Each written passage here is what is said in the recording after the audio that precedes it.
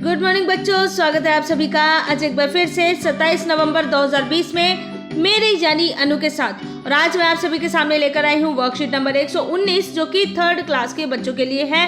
आज हम सीखेंगे नंबर्स को कंपेयर करना, इसीलिए टाइटल है कंपैरिजन ऑफ नंबर्स।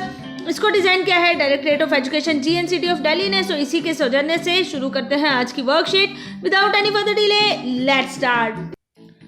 तो बच्चों, किसी भी वर्कशीट को शुरू करने से पहले मैं हमेशा आप सभी को याद दिलाती हूँ कि आपको बच्चे का नाम, class and section, class teacher का नाम प्लस डेट, ये सब चीज़ें तो लिखनी ही है, साथ में सब्जेक्ट भी लिखना है और टाइटल भी लिखना है।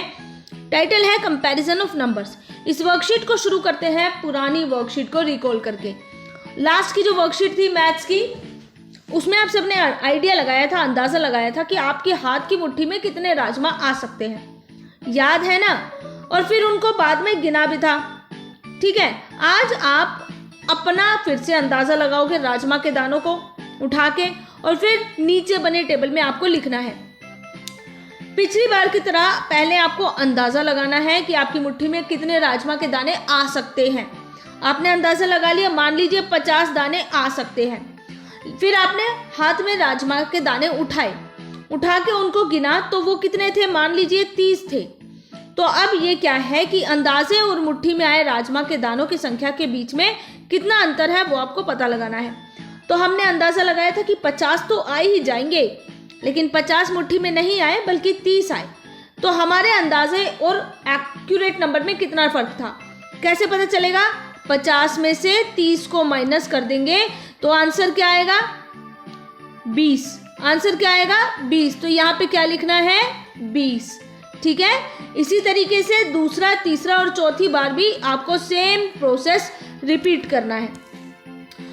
अब ये जो एक्टिविटी आपने की, पूरी टेबल आपने भर ली।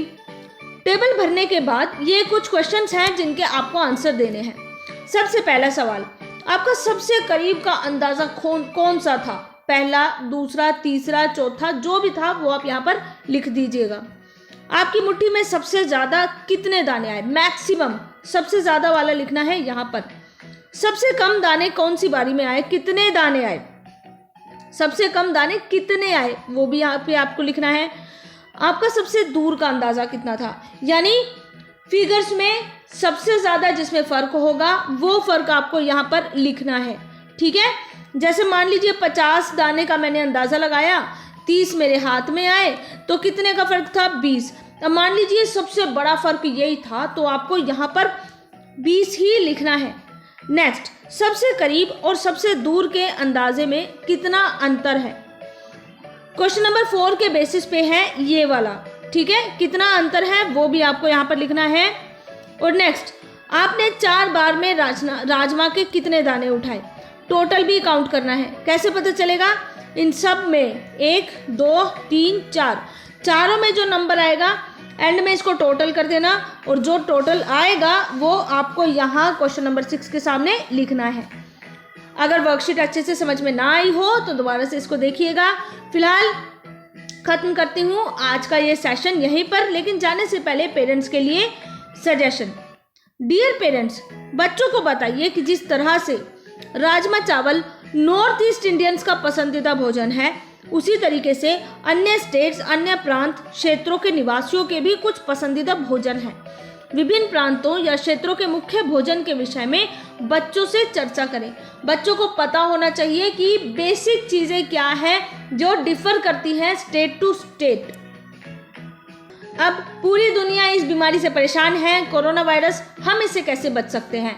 तो अपने हाथों को साबुन व पानी से नियमित रूप से धोते रहिए, मास्क पहनकर घर से बाहर निकलिए और फिजिकल डिस्टेंसिंग का पालन कीजिए, यानी अपने साथी और अपने बीच में 6 फीट या 2 गज की दूरी हमेशा बनाकर रखिए। फिलहाल आज के लिए इतना ही। कल फिर से मुलाकात होगी एक नए दिन में, एक नई वीडियो के साथ। तब तक के लिए अपना बहुत ज़्यादा ध्यान रखिए। Good bye and God bless you all.